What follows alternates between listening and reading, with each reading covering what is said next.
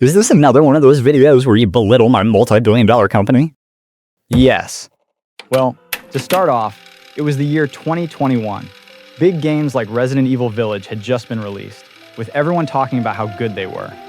But I couldn't try them, as all I had was an old laptop.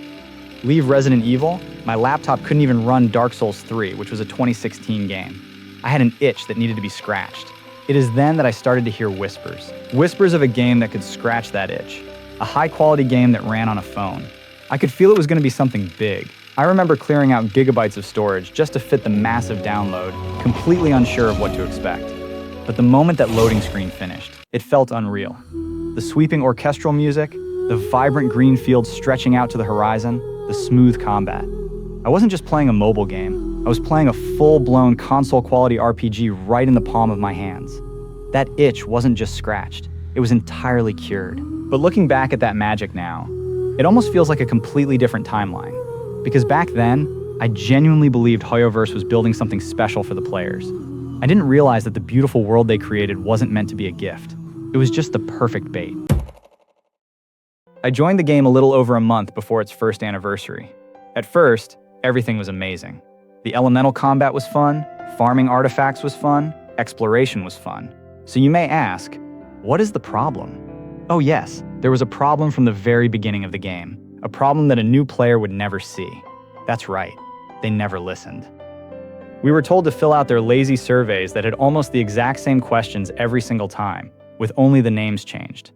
No matter how much players begged for optimizations to the stamina system, the bullet sponge enemies, or artifact loadouts, there was never a reply.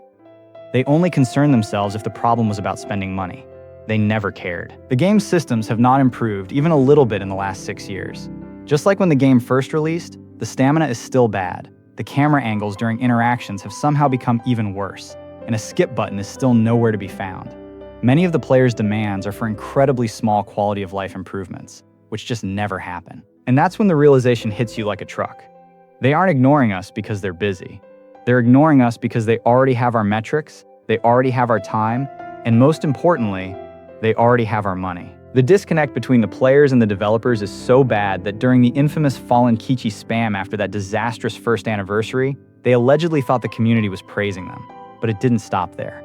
Everyone by now has heard about the notorious HoYoVerse creator contracts, where content creators are literally banned from criticizing the game. Or how about the absolute slap in the face that was getting a mere 3 pulls as a reward for 3 entire years of daily support? Even the core gameplay loop has degraded.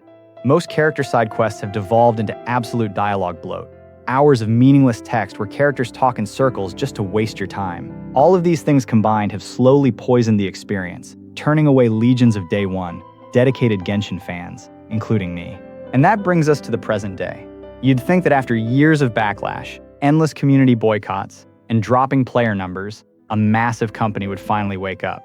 You'd think they would look at the feedback and say, okay, let's give the players what they want. But they didn't. Instead, we got the recent updates. We got more unskippable walls of text, more artificially inflated grind, and rewards that feel more like an insult than a celebration. The harsh reality that every veteran player eventually has to face is that Genshin Impact isn't suffering from a lack of developer time.